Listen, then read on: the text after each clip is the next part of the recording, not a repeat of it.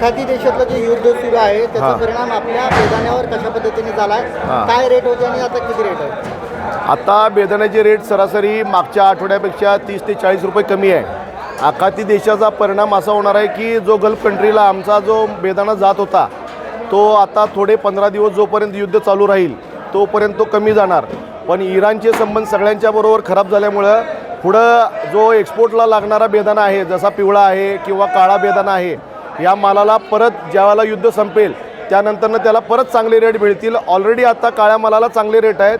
काळ्यामध्ये दर वाढण्याची काही शक्यता नाही आहे. पण पिवळा माल शेतकऱ्यांनी केला तर पिवळ्या मालाला पुढं चांगले रेट भेटतील. सध्या आता काय दर मिळत आहेत आणि ते किती आहे, याआधी किती होते? सध्या आता पिवळ्या मालाला रेट आहेत 280 ते 310, 15, 20 रुपयेपर्यंत आहेत रेट.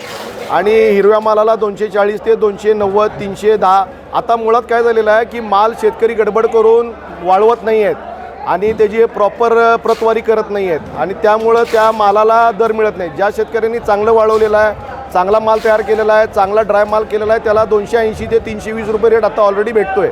पण जो माल मॉइश्चर आहे त्या मालाला रेट भेटणार नाही, कारण की प्रत्येकाला माल हा रेडी टू डिस्पॅच पाहिजे.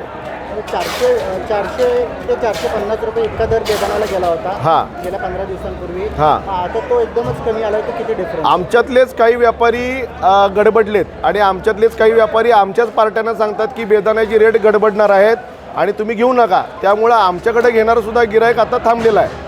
आणि आता होळीचं सीझन आहे. आपल्याकडे जशी दिवाळी असती तसं ऑल ओव्हर इंडियामध्ये होळी असती. तर 10 तारखेपर्यंत होळीचं जे गिराईक आहे ते थांबणार आहे. होळीनंतरनं पूर्ण ऑल ओव्हर इंडिया इथं सांगलीमध्ये असेल.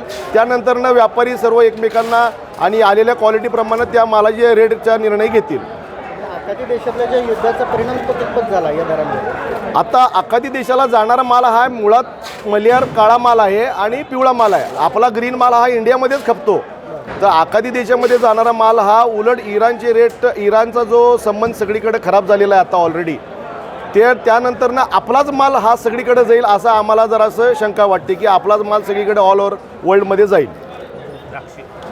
मग आता बेदाण्याचं उत्पादन यावेळी कमी होतं. आता द्राक्षाचं जे काही एक्सपोर्ट थांबलेले आहे ते पुन्हा बेदाण्याकडे जातील असं बोललं. द्राक्ष आता ज्या लोकांनी खरेदी केलेली आहेत, जे कंटेनर परत येतात ते परत आता पहिला ते स्टोअर करतील त्यांच्या कोल्ड स्टोरेजमध्ये.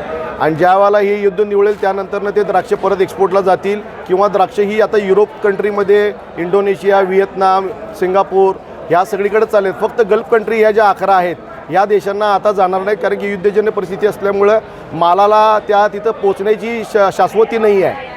तो माल तिथं पोचेलच, त्याची मालाची विक्री होईलच याची शाश्वती नाही आहे. नाव काय? कृष्णकुमार मनोहर सारडा. चला.